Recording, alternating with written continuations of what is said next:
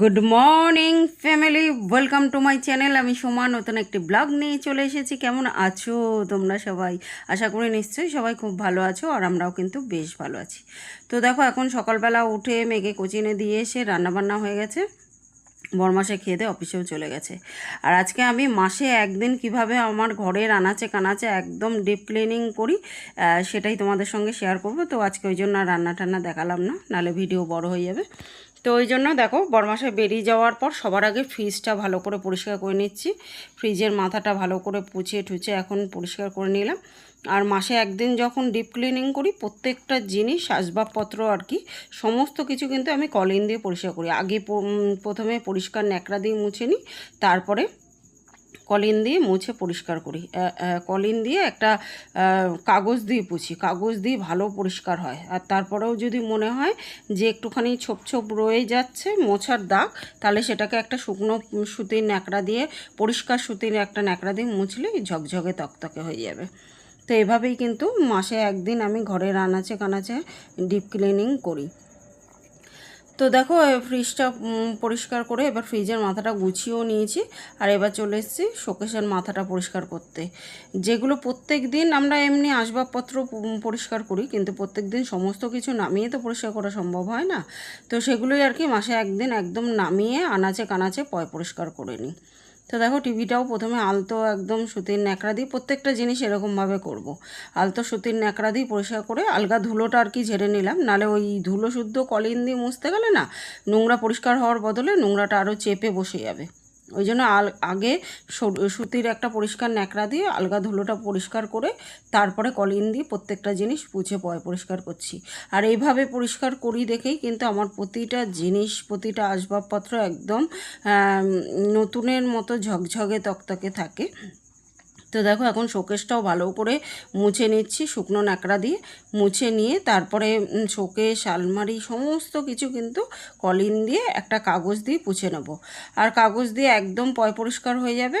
তারপর পরে আর কিন্তু সুতির ন্যাকড়া দিয়ে মোছার দরকার হয় না।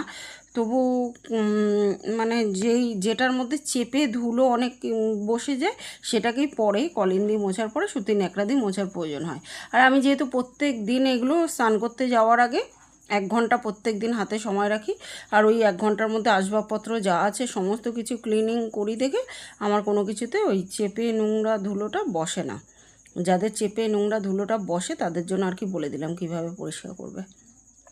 তো যেভাবে পরিষ্কার করে আমার জিনিসপত্র এতদিন ভালো রয়েছে আর ভালো রেজাল্ট পেয়েছি, সেটাই তোমাদের সঙ্গে শেয়ার করি, যাতে তোমাদের অনেকেরই উপকারে আসে। জানি তোমরা সবাই জানো, তবু অনেকে নতুন আছো, যারা নতুন সংসার শুরু করেছো, বা যারা অনেকেই বুঝতে পারো না কীভাবে জিনিসপত্র পরিষ্কার করলে জিনিসপত্রগুলো ভালো থাকবে, অনেক বছর ভালো রাখা যাবে, তাদের জন্য আর কি বলে দিলাম, তাদের অনেক উপকারে আসবে। তো দেখো, এই যে মুছে পরিষ্কার করে জায়গা মতো বসিয়ে দিলাম। আর এবার সুতির ন্যাকড়া দিয়ে সমস্ত কিছু একবারে মুছে নিলাম। এবার কাগজ দিয়ে কলিন দিয়ে ঝটাপট করে মুছে নেবো। এভাবে কাজ করলে কাজগুলো চটপট করে হবে, গুছিয়ে হবে, অথচ একদম নিট অ্যান্ড ক্লিন পরিষ্কারও হবে। তো সেভাবেই আর কি করছি। আগে পুরো একদম যা যা মোছার মুছে নিচ্ছি সুতির ন্যাকড়া দিয়ে, তারপরে কলিন দিয়ে মুছছি, এতে চটপট করে হয়ে যাচ্ছে। আর রেগুলার যেহেতু পরিষ্কার করি, তাই ওই যে বললাম, কোনো কিছুতে চেপে ধুলো বসে বা খুব নোংরা কোনো কিছুতেই নেই। প্রত্যেক দিনের এই পরিষ্কারটা আমার মাসের এই একদিনের পরিষ্কারকে অনেকটাই সহজ করে দেয়। আর সপ্তাহে একদিন করেও সমস্ত কিছু একদম ঘরের আনাচে কানাচে পরিষ্কার করি। মানে ওই প্রত্যেক দিন এই আসবাবপত্র মুছে আর তারপরে এই মাসে একদিন করে সেটা নয়, কিন্তু প্রত্যেক দিন মুছে সপ্তাহে একদিন করে ঘরের আনাচে কানাচে পরিষ্কার করি। তবে একদম আজকের মতো ডিপ ক্লিনিংটা ওই মাসে একবারই করি। মানে একদম সমস্ত কিছু নামিয়ে ঝেড়ে মুছে ঠুচে পরিষ্কার, ওগুলো কিন্তু মাসে একবার করেই করি। আর এভাবে চটপট করে করি। আয়নাটাও কিন্তু পুরো একদম সুতির কাপড় দিয়ে মুছে নিয়েছি, কিন্তু ওই যে বললাম, সব ডিটেলে দেখাতে গেলে তাহলে কিন্তু ভিডিও অনেক বড় হয়ে যাবে। আর এই দেখো, একদম গামলা বাসন মাজা হয়ে গেছে, আর অল্প কটা বাসন আছে মেজে নেবো। আর এই যে দেয়াল ঠিয়ালগুলো সব কিন্তু সার্ফ দিয়ে মুছে রান্নার পরে গ্যাস ট্যাসগুলো একদম মুছে পরিষ্কার হয়ে গেছে। আর একবার একটুখানি এই যে মুছে নিচ্ছি, তাহলেই হয়ে যাবে। মানে সব কিছু সাবান দিয়ে আর কি পরিষ্কার করে জল পাল্টি একবার করে মোছা হয়ে গেছে। আমি প্রত্যেক দিন শুধু গ্যাস ওভেনটা না, মানে দেয়াল ঠিয়ালগুলো একদম টাইলস ফাইল সমস্ত কিছু মুছে পরিষ্কার করে নিই।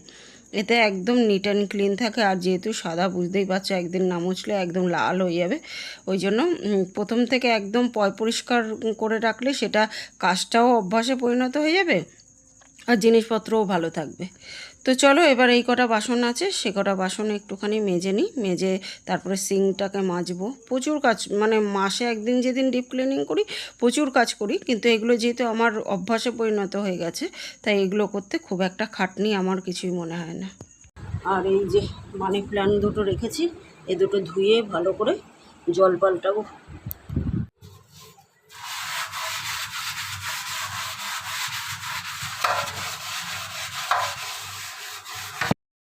আমি কিন্তু প্রত্যেক দিন রান্নার পরে একবারে বাসন মাজা যখন শেষ হয় ওই স্কচব্রাইটটা দিয়েই একেবারে সিঙ্কটাকে ভালো করে মেজে নিই। কিন্তু কলটলগুলো প্রত্যেক দিন তো মাজা হয় না, সেটা মাসে একদিন করেই মাজি। আর এই যে আজকে কিন্তু স্কচব্রাইট দিয়ে না, তারের জালটা দিয়ে মাজছি। এতে কারণ আমাদের এখানে জলে প্রচুর পরিমাণে সেডিমেন্ট আর আয়রন আছে। সেডিমেন্টের জন্য না সাদা হয়ে যাচ্ছে কলগুলো, আর জলের দাগ বসলে সেখানে লাল হয়ে যাচ্ছে। তো ওইগুলো এই তারের জালটা ছাড়া পরিষ্কার হবে না। তো দেখো বেসিনটা একদম ঝকঝকে তকতকে করে দিয়েছি। আর এই যে মানি প্ল্যান্টটাও ধুয়ে দিয়েছি। আর বাকি ওই দুটো যে দেখালাম, চলো ওগুলো একদম ধুয়ে দিই। ধুয়ে জায়গা মতো রেখে তারপর তোমাদের দেখাচ্ছি। আর এখন দেখো অনেক কটা জামা কাপড় কাচা হয়ে গেছে, আরও কিছু কাচা বাকি আছে, এখানেই মেলে দিয়েছি। আর বাকিগুলো যে কাচবো সেগুলো পরে কাচবো। আগে এই মানি প্ল্যান্টগুলো ধুয়ে দিই।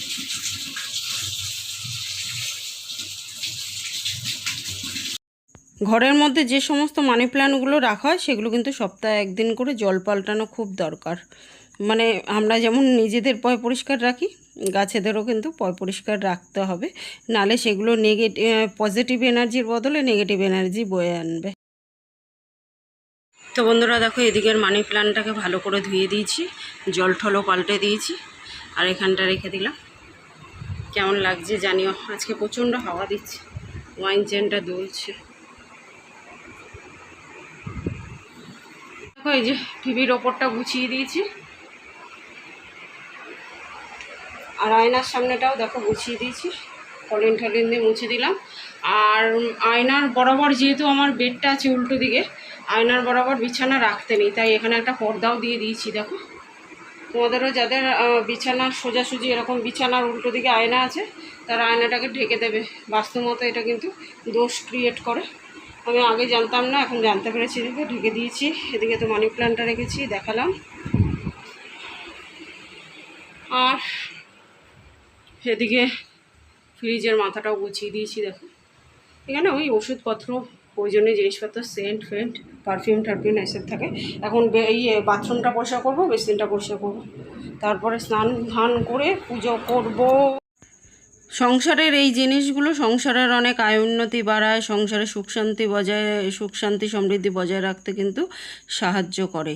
আর মানি প্ল্যান্টে ওই যে জলের মধ্যে যেমন আমি রেখেছি কাঁচের শিশিতে, ওই জলের মধ্যে রাখলে দেখবে কদিন পরে যখন শিকড় বের হয় তখন কিন্তু ওই শিকড়গুলো যাতে লোকচক্ষুর আড়ালে থাকে, তাই শিশিগুলোকে একটু ঢেকে দিতে। আমি কদিন পরে ঢেকে দেবো। এখন আমার হাতের সামনে কাপড় পেলাম না, তাই ঢাকতে পারলাম না। তো তোমরাও যারা কাছের শিশিতে রেখেছো ঢেকে দিও, ঢেকে দেওয়া উচিত, নাহলে সংসারের আয় উন্নতি নাকি কমে যায়, আমি শুনেছি এটা। তো আমিও ঢেকে দেবো। যারা মানবে মানবে, যারা মানবে না। আমি যেখান থেকে যেগুলো আর কি ভালো কিছু জানতে পারি, যেগুলো করে আমার সংসারে ভালো হয়েছে, সেগুলো অতি অবশ্যই তোমাদের সঙ্গে শেয়ার করার চেষ্টা করি, যাতে তোমাদেরও ভালো হয়। কারোর ভালো করলে ভগবান তোমার ভালো করবে, এই হচ্ছে আসল ব্যাপার। আর কারোর ক্ষতি করলে ভগবান তোমার ক্ষতি করে দেবে। তো এই হচ্ছে সংসারের মূল কথা, মূল তথ্য। তো চলো এবার হচ্ছে খাটটা ভালো করে মুছে নিচ্ছি। তার আগে কিছু জামা কাপড় কাচা কাচার ছিল ওগুলো কেচে মেলে দিয়ে এলাম।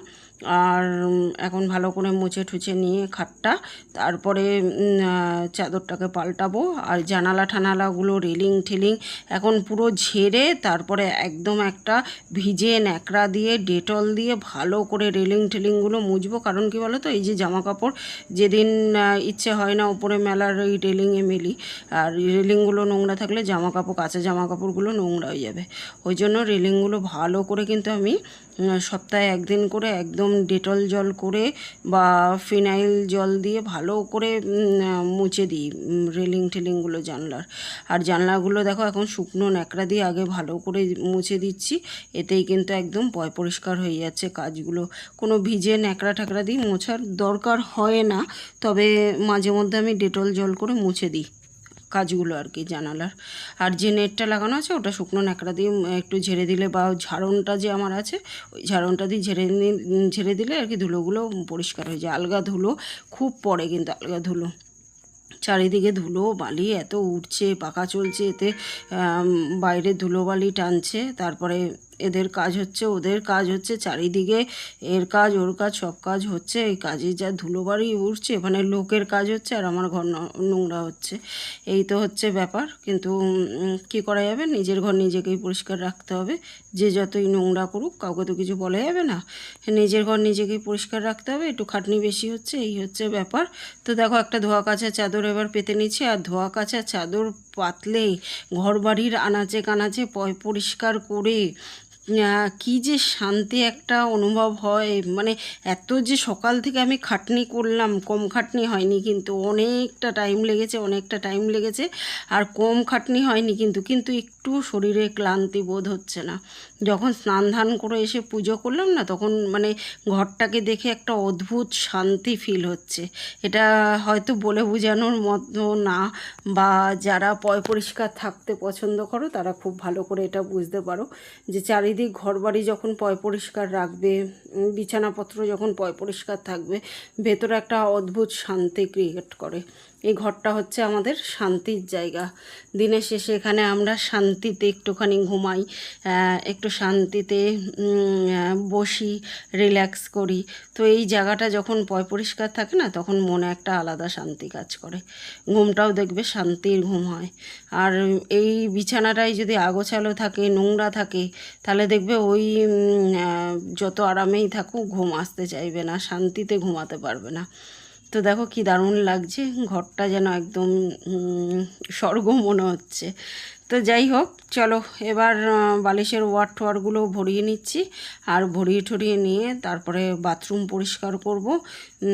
আর বাথরুম পরিষ্কার করে স্নান ধান করে একেবারে তোমাদের তারপর দেখাবো যে বাথরুমটা বেসিনটা কতটা ঝকঝকে তকতকে হয়ে গেছে। ওই যে বললাম জলে প্রচুর আয়রন আর সেডিমেন্টের জন্য না, তার মধ্যে কালো কিনেছে বেসিনটা বড়মশাই। আর একদিন পরেই আমি ঘষে দিই, কিন্তু এই হারপিক টারপিক দিয়ে একবারে ওই মাসে একদিন বা সপ্তাহে একদিন পরিষ্কার করি।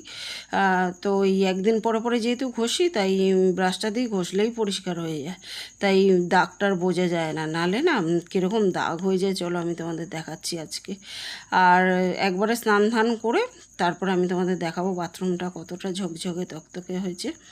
তো চলো বন্ধুরা, আজকের মতো এই পর্যন্ত, দেখা হবে নেক্সট ব্লগে। ততক্ষণের জন্য ভালো থেকো, সুস্থ থেকো। আজকের মতো আসি বন্ধুরা, টাটা। হারপিক ছড়িয়ে নিয়েছি ভালো করে। আর এদিকে দেখো এখানটা হচ্ছে ব্লিচিং ছড়িয়ে দিয়েছি, আর ওখানেও হারপিক ছড়িয়ে নিয়েছি। বাথরুমের ফ্লোরটা পরিষ্কার করে, বেসিনটা পরিষ্কার করবো আগে, ফ্লোরটা তারপর পরিষ্কার করবো, তারপর কোমরটা পরিষ্কার করে একেবারে স্নান ধান করে নেবো। চলো পরিষ্কার করে নিয়ে দেখাচ্ছি। বেসিনটা দেখেছো কীরকম গ্লেজ দিচ্ছে, কল ফলগুলো পরিষ্কার করে দিয়েছি। দেখো বাথরুমের কল ফল সমস্ত কিছু পরিষ্কার করে দিয়েছি, সব টাকা করে দিচ্ছে, একদম সমস্ত পরিষ্কার করে দিয়েছি।